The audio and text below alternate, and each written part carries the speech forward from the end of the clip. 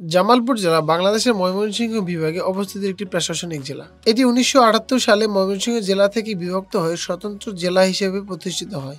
জেলার উত্তর দিকে শেরপুর, দক্ষিণ দিকে টাঙ্গাইল, পূর্ব দিকে ময়মনসিংহ এবং পশ্চিম দিকে ভারতের মেঘালয় রাজ্য ও কুড়িগ্রাম জেলা অবস্থিত।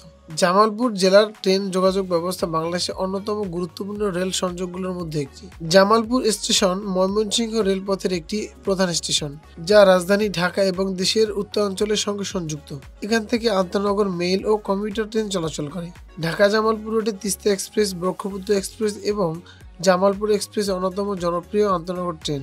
এছাড়াও স্থানীয় যাত্রীদের জন্য কমিউটার ট্রেন চলাচল করে, যা নিকটবর্তী জেলা উপজেলাগুলোর সঙ্গে সংযুক্ত রয়েছে। এছাড়াও রয়েছে জামালপুরে হাজারো বছরের পুরনো মসজিদ, মন্দির এবং ধর্মীয় উপাসনালয়গুলো, যা জামালপুরকে বাংলাদেশের মানুষের কাছে অন্যতম করে তোলে।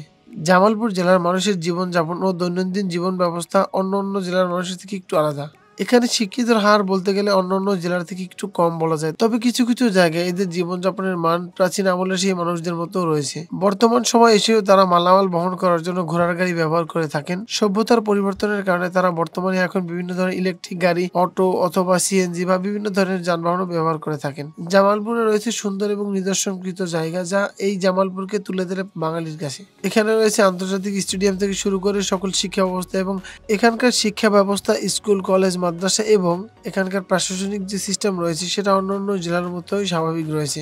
এখানকার মানুষজন তাদের জীবন ও জীবিকা নির্বাহের জন্য দেশ, আইন এবং সংবিধান মেনেই চলাচল করে। সবশেষে বলতে গেলে বলতে হয় যে জামালপুরের ঐতিহ্য এবং তাদের সংস্কৃতি অন্যান্য জেলার থেকে একটু আলাদা। তো আজকের ভিডিও এই পর্যন্তই ছিল। দেখা হবে নতুন কোনো ভিডিওতে। সেই পর্যন্ত সবাই ভালো থাকুন, সুস্থ থাকুন। আল্লাহ হাফেজ। আসসালামু আলাইকুম।